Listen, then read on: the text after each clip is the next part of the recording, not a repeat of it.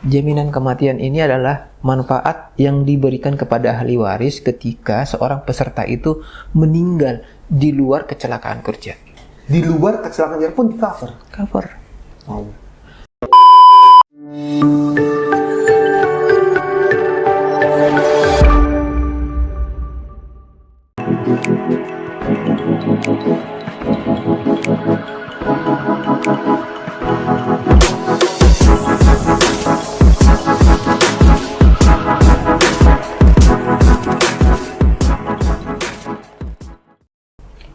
Assalamualaikum warahmatullahi wabarakatuh. Halo semua, selamat datang di channel RSUD Indramayu. Senang sekali saya Dr. Steven Saputro kembali menjadi host pada acara PORS Podcast RSUD Indramayu. Setiap pekerjaan pasti memiliki risiko. Risiko kecelakaan kerja menjadi hal yang tersering yang dapat terjadi. Pemerintah menghadirkan melalui BPJS Ketenagakerjaan untuk mengcover itu semua. Apa saja yang di-cover oleh BPJS Ketenagakerjaan? Apa saja manfaat atau benefit yang didapati oleh tenaga kerja? Oleh karenanya, kita akan bahas itu semua dan sudah menghadirkan narasumber yang kompeten di bidangnya, yakni Kepala BPJS Ketenagakerjaan Cabang Indramayu, Bapak Esra Nababan. Kita sapa terlebih dahulu. Selamat pagi Pak Esra. Pagi dokter. Apa kabar hari ini? Harus sehat. Selalu. Harus sehat selalu. Harus sehat selalu itu. Ini fresh sekali Pak Esra Nababan pada hari ini. Wajib dok, wajib. Kalau dilihat dari namanya Pak Esra Nababan, Kepala Cabang BPJS Ketenagakerjaan Indramayu. Iya. Kayaknya bukan orang Indramayu. Ada Nababannya soalnya. Ada nababannya soalnya, ada Kita bentuknya. kenalan dulu lebih dalam, nggak Pak Esra? Ya, terima kasih dokter. Assalamualaikum warahmatullahi wabarakatuh. Waalaikumsalam warahmatullahi wabarakatuh. Iya, saya Esra Nababan. Kebetulan ini sebetulnya masih baru di Kabupaten Indramayu. Diberikan amanah oleh pimpinan untuk menjadi kepala kantor cabang di Kabupaten Indramayu. Siap. Jadi tugas kami itu adalah bagaimana saya dan teman-teman ini memberikan yang namanya pelayanan kepada peserta kami. Dan manfaat serta sosialisasi apakah ini yang namanya program BPJS Ketenagakerjaan. Berarti sebelumnya udah berapa lama di Indramayu Pak? Masih baru, ini bulan ketiga dok. Bulan ketiga, fresh from the oven, masih 3 bulan. Sebelumnya di mana? Saya sebelumnya juga masih tetangga Kabupaten Indramayu, gitu, di mana? Subang. Oh di Subang. Oh cuma pindah tetangga doang ternyata. Iya. Oke Pak Esra, kita bahas langsung mengenai BPJS Ketenagakerjaan. Nah kan sesuai dengan namanya Badan Penyelenggara Jaminan Sosial Ketenagakerjaan. Iya. Ya kan. Itu apa saja yang kita bahas terlebih dahulu BPJS-nya Pak. Iya. Itu apa saja yang dikerjakan oleh BPJS Pak? Jadi gini, sebelum kita ke program BPJS Ketenagakerjaan, kita harus lihat dulu secara general. Pertama, BPJS ini adalah cita-cita pemerintah dari dulu supaya semua orang yang terlindungi baik secara ketenagakerjaan maupun secara kesehatannya. Kan dulu kami ini jam sostek. Yes. Saya kenal dulu jam sostek namanya. Iya. BPJS Kesehatan itu Askes. Nah, itu kan dulu masih mungkin ada yang kurang pas menurut pemerintah. Sehingga pemerintah mengeluarkan bersama dengan DPR mengeluarkan yang namanya Undang-Undang 24 tahun 2011. Sebetulnya di sebelumnya itu ada Undang 40 tahun 2004 Sistem Jaminan Sosial Nasional. Habis itu keluar Undang-Undang 24 tahun 2011. Lebih baru 2011 itu. Iya, di sinilah ini mengenai Badan Penyelenggara Jaminan Sosial secara umum. Ini mengeluarkan 2 BPJS. Satu BPJS Kesehatan. Dulu Askes, kami BPJS Ketenagakerjaan. Dulu jam sostek. Tapi supaya kami juga, ini zaman sekarang katanya kami belum move on. Jadi panggil kami BP Jam Sostek. Jadi masih banyak masyarakat yang bilang BP Jam Sostek. Iya, supaya reminder gitu loh. Karena kalau kami BPJS itu, kami bilang BPJS Ketenagakerjaan, mindset masyarakat itu masih ke saudara kami BPJS Kesehatan. Lalu apa perbedaan antara ketenagakerjaan dan kesehatan? Perbedaannya adalah kalau kami ini, kami diberikan tanggung jawab untuk memberikan perlindungan kepada pekerja melalui program yang namanya jaminan kecelakaan kerja, jaminan kematian, jaminan hari tua, jaminan pensiun, dan jaminan kehilangan pekerjaan. 5. Kalau BPJS Kesehatan cuma 1, jaminan kesehatan nasional. Berarti mengenai kecelakaan kerja, kematian dan sebagainya bagi tenaga kerja. Iya, bagi semua orang yang melakukan kegiatan ekonomi. Jadi kita harus general. Dulu memang kami ketika jam sostek terbatas. Hanya untuk orang yang bekerja di badan usaha. Sekarang semua orang yang bekerja, nelayan, petani, pedagang kaki lima, ini kan belum terlindungi, Dok. Betul. Kalau terjadi risiko gimana? Iya, betul. Itu, Dok. Jadi semua tenaga kerja apapun itu bisa di-cover oleh BPJS Ketenaga Kerjaan. Semua orang yang melakukan kegiatan ekonomi. Jadi kata dokter tadi yang bekerja apapun itu bisa. Tadi 5 itu ya, Pak ya? 5, tapi ini berlaku untuk yang namanya bekerja di bidang formal. Formal di perusahaan, di BUMN atau di kami lembaga negara. Ini berlaku. Nah, untuk yang namanya informal berlaku 3, jaminan kecelakaan kerja, jaminan kematian, sama jaminan hari tua. Jaminan hari tua juga? Iya, tabungan. Nah, untuk mendapatkan fasilitas atau benefit seperti itu, apa yang mesti dilakukan oleh tenaga kerja? Jadi gini, kalau kita bicara contoh ya rumah sakit rumah sakit RSUD ini sudah jadi peserta kami, tapi yang non ASN sama THL. Karena PNS-nya, ASN-nya sudah terdaftar di Taspen. Perlindungannya. Nah, kalau di luar itu terdaftar di kami. Kalau dia lembaga, dia itu harus bertanggung jawab, badan usaha itu bertanggung jawab terhadap lembaganya sama karyawannya. Jadi dia yang mendaftarkan. Dia mendaftarkan lembaganya, badan usahanya, mendaftarkan nama lembaganya yang berkaitan dengan lembaganya itu dasar hukumnya sama orang-orang yang bekerja di dalamnya. Harus di-cover oleh lembaganya, itu sudah kewajiban. Udah kewajiban. Badan usaha berwajib mendaftarkan badan usahanya sama karyawannya. Itu kewajiban ya? Kewajiban, wajib. Nah, misalkan dalam pekerjaannya, katakanlah pegawai di RSUD, ada yang mengalami kecelakaan kerja macam apa saja yang bisa ditanggung? Nah, kita pertama-tama, ya tadi itu, kita harus melihat dulu, masuk ke kecelakaan kerja. Ruang lingkup kecelakaan kerja itu luas, Dok. Sangat luas. Pertama, selangkah dari rumah menuju tempat kerja, kalau terjadi risiko, itu bagian dari kecelakaan kerja. Contoh dari rumah, ada dia kerja di pusat kota, contoh dari rumahnya 5 km, dia naik kendaraan, apakah umum apa pribadi, kalau terjadi kecelakaan mengarah ke kantornya, itu kecelakaan kerja. Termasuk kecelakaan kerja? Termasuk. Perjalanan dari rumah menuju tempat kerja itu termasuk kecelakaan kerja? Dan itu bisa di-cover? Bisa, sangat bisa. Yang kedua, selama di tempat kerja. Yang ketiga, dari tempat kerja pulang ke rumah, selangkah sebelum sampai di rumah.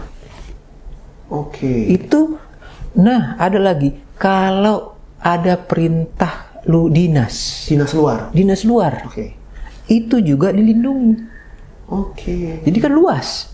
Orang pikir sekarang hanya di tempat kerja, enggak. Ketika ini adalah bagaimana pemerintah hadir, makanya diperluas. Artinya kalau terjadi risiko ini kan, kalau hanya di sini kan, potensi-potensinya bisa di mana aja. Kalau hanya nanti di tempat kerja, kecelakaan kerja nggak ditanggung, yang kena siapa? Ekonominya bisa kesedot turun. Kalau kata misalkan ada pegawai yang amit-amit keserempet motor ketika ingin berangkat kerja, lalu ingin katakanlah menagih lah ke BPJS, itu seperti apa caranya? Sebetulnya kalau di kami itu pelayanannya sangat simpel, Dok. Di setiap perusahaan itu ada namanya HRD yang berhubungan dengan kami. Di kami juga ada namanya AR, akun representatif, yang berhubungan dengan HRD ini. Jadi ada komunikasi. Jadi kami itu menginformasikan apapun. Nah, kalau terjadi resiko sama karyawannya, HRD-nya tinggal WA ke kami. WA laporan pertama, nggak usah buat surat. Simple estate ya, sesimpel itu ya. Pelayanan, Dok. Luar biasa. Lo kan udah dikasih kewajibannya, iurannya. Haknya harus dapat, Dok. Betul. Clear ya, clear. Sesimpel itu, ada kecelakaan, lapor ke HRD lapor ke BPJS Ketenagakerjaan, clear. Nah, kita juga harus perpanjangin, Dok. Ketika ini mendapatkan perawatan harus medis ya. Nah, Salah satunya adalah rumah sakit ini kerjasama dengan kami namanya PLKK, Pusat Layanan Kecelakaan Kerja. Oke. Kalau dibawa ke RSUD dan dia dirawat, wajib rawatnya medis, itu akan mendapat biaya perawatannya sampai sembuh ya, berapapun biayanya akan kami ganti. Oke. Seluas dan se-efektif berapapun itu, ya, tapi yang penting medis. Oke, yang penting medis dan bukan yang non medis, artinya ya yang resmi RSUD misalkan di rumah sakit gitu kan. Iya. Akan ditanggung sampai sembuh. Sampai sembuh. Oke. Bagi orang-orang yang mendaftar dan juga terdaftar. Kalau di kami namanya peserta. Peserta BPJS. Nah, kalau misalkan tadi ya, contoh adalah ada pegawai yang terkena kecelakaan kerja. Iya. Itu benefitnya selain mendapat seperti apa lagi, Pak? Jadi gini, kecelakaan kerja tadi itu perawatan sampai sembuh. Yang kedua, santunan. Santunan ini sifatnya jika pertama si tenaga kerja meninggal. Oke. Si tenaga kerja meninggal, santunan yang didapat itu adalah pertama santunan kepada ahli waris berupa manfaat uang 48 kali upah yang dilaporkan. 48 kali upah yang dilaporkan. Kalau upah yang dilaporkan ke kami itu 1 juta, 48 juta. Kalau mungkin ratusan juta ya kali itu. Oke. Ditambah biaya pemakaman 10 juta.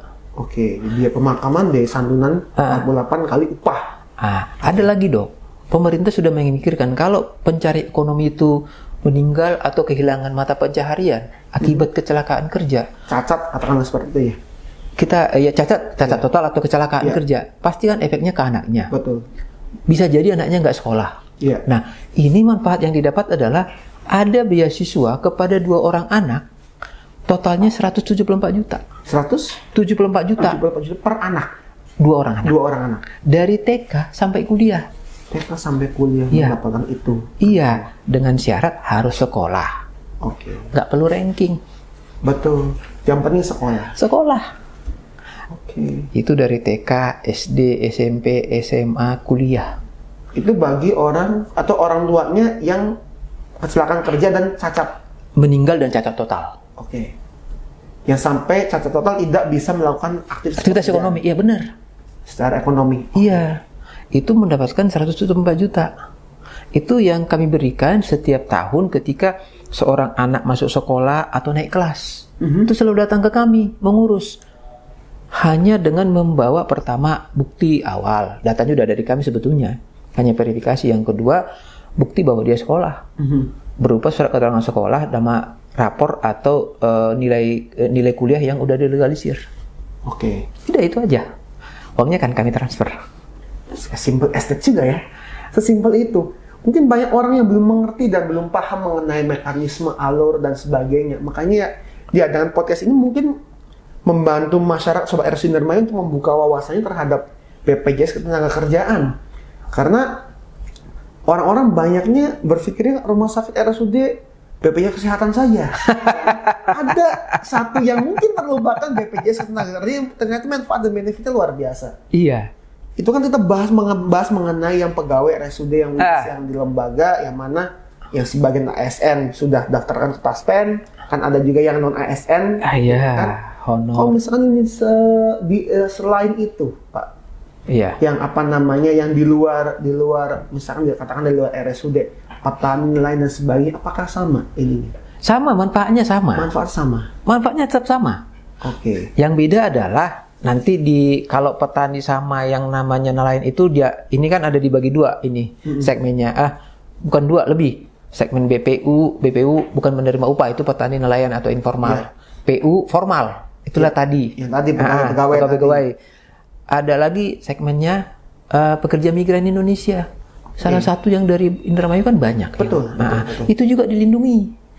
Juga yang namanya jasa konstruksi. Jadi orang bangun gedung, bangun jembatan, orang yang bekerja di sana dilindungi. Oke. Manfaatnya tetap sama, Dok.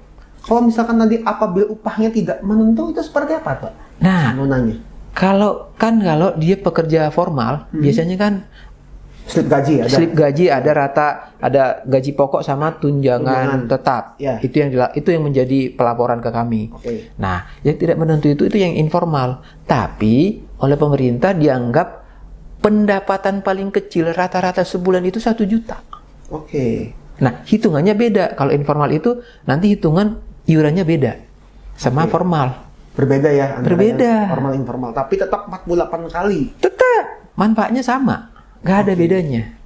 Berarti sama antara yang apa namanya, baik yang formal maupun informal. Sama Sama semua, Dok.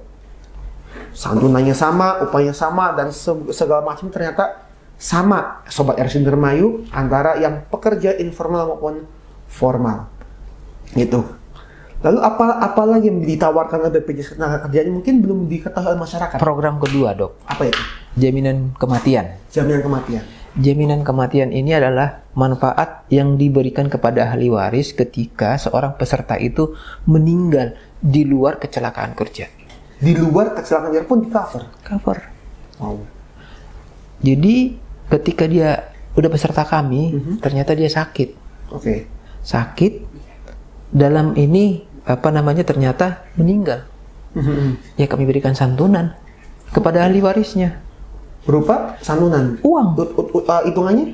42 juta. 42 juta. Uang. Ini kami baru memberikan, saya baru membayarkan santunan salah satu non-ASN di OPD, Dinas Pertanian. 42 juta karena sakit. Sakit meninggal? Meninggal. Oke. Ada santunan di luar kecelakaan kerja itu? Iya.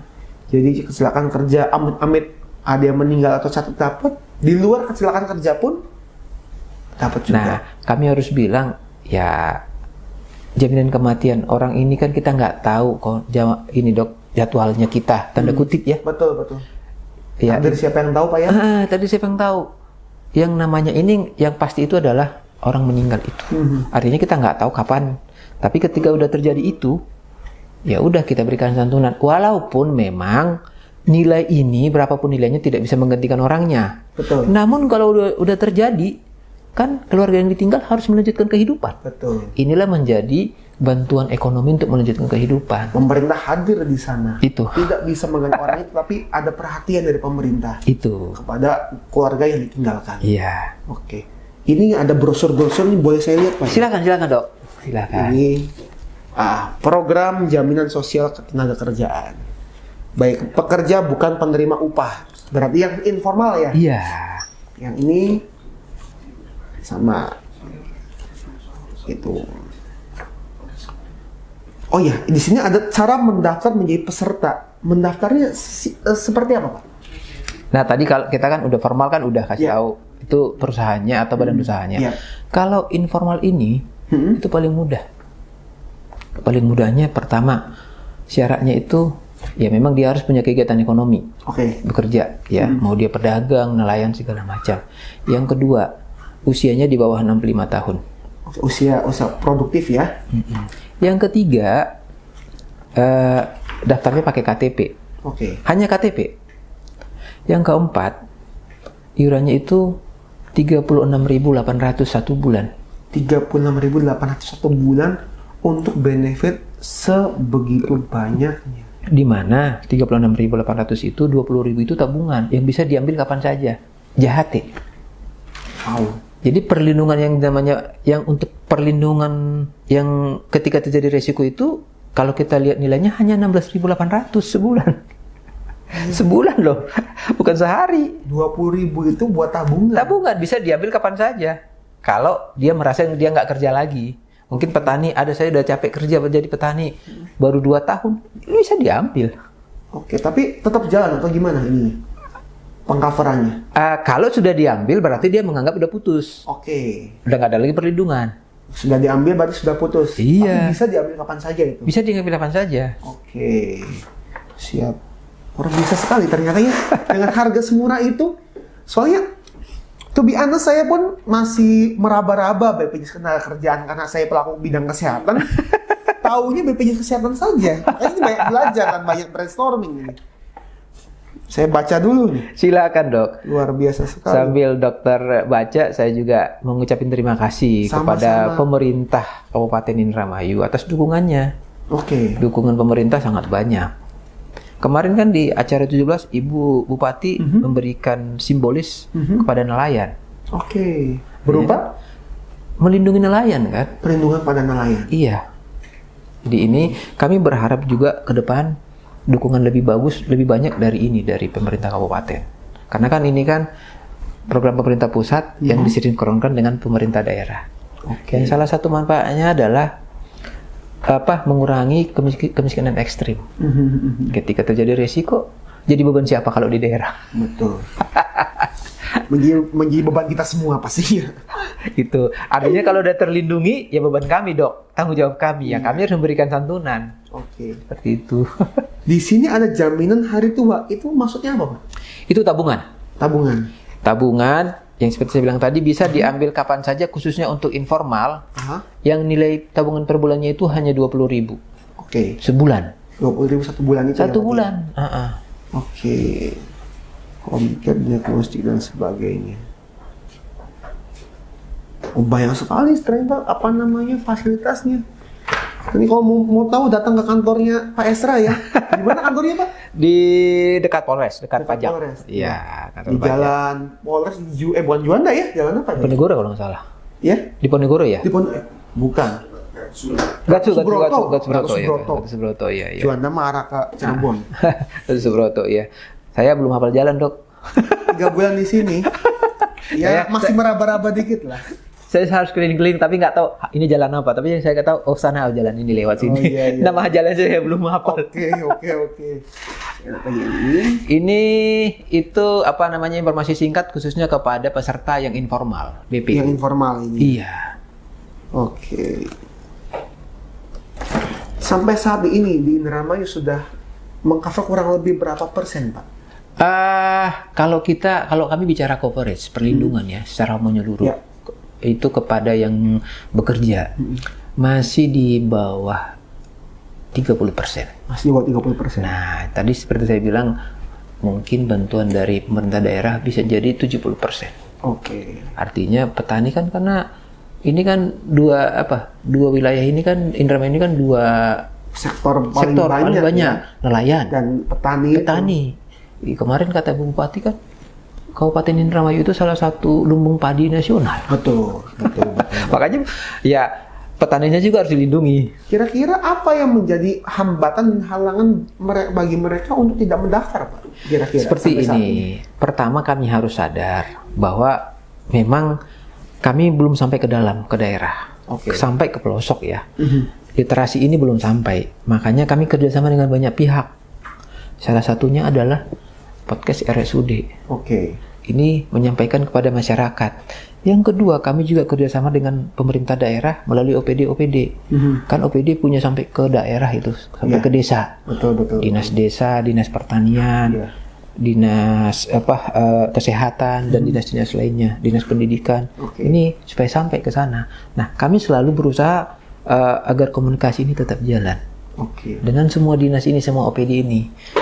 Tapi dalam hal ini tandem kami itu sudah pasti Dinas Tenaga Kerja. Pastinya sesuai dengan namanya, ketenaga kerjaan. Iya. Itu.